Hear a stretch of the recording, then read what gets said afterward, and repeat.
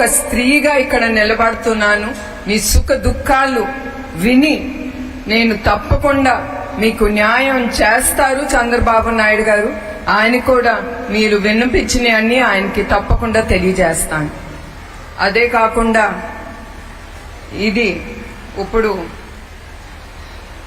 పరిశుద్ధమైన రంజాన్ మాసం.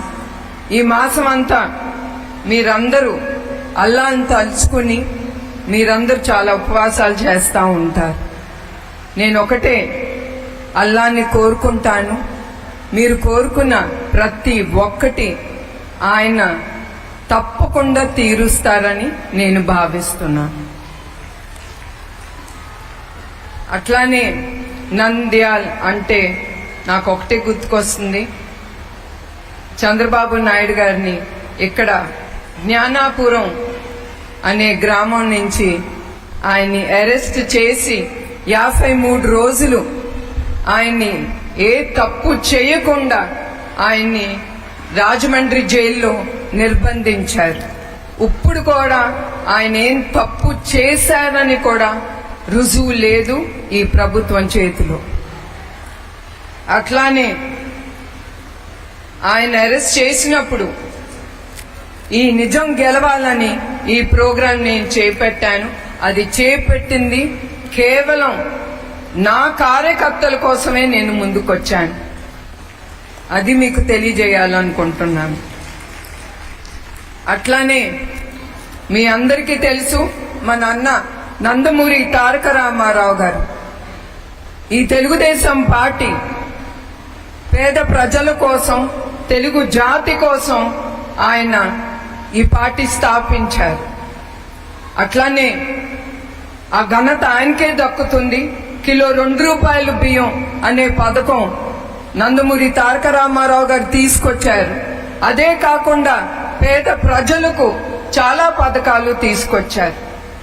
అట్లానే ఆయన అడుగుజాడలో మన నాయకుడు చంద్రబాబు నాయుడు గారు కూడా ఆ అడుగుజాడలోనే ఆయన కూడా ఈ తెలుగుదేశం పార్టీని ముందుకు తీసుకెళ్తున్నారు.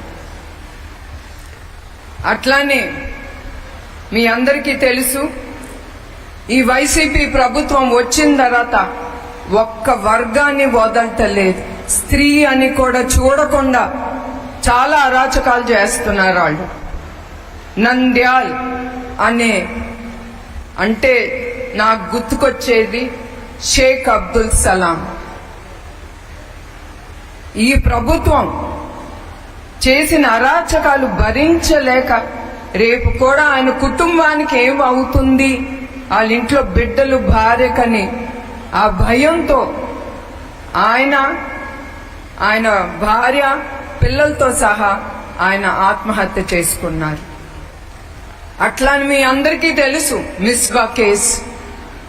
ఏంటంటే ఆ పిల్ల చేసిన తప్పు, 10వ క్లాస్ చదువుతాంది ఆ పిల్ల.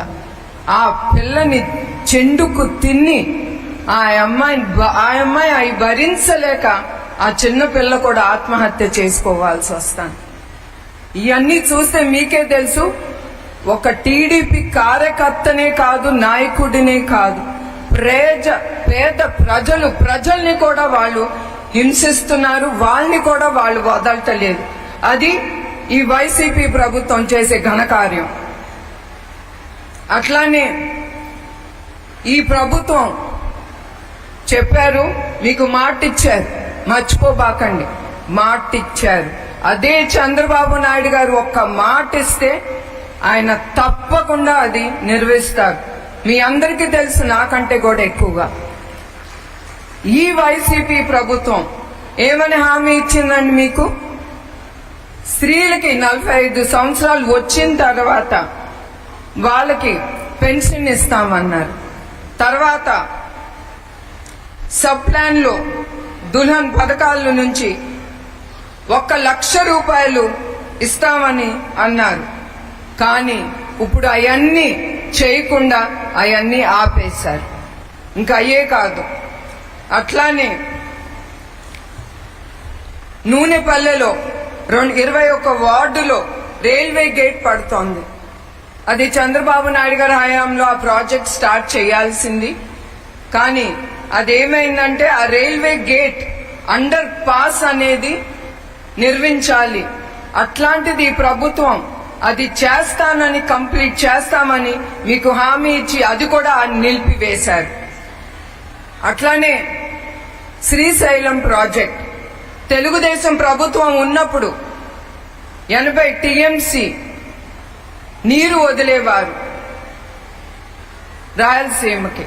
అట్లాంటిది ఈ ప్రభుత్వం వచ్చి నీరు లేదని ఆ నీళ్లు కూడా మీకు అందించట్లేదు.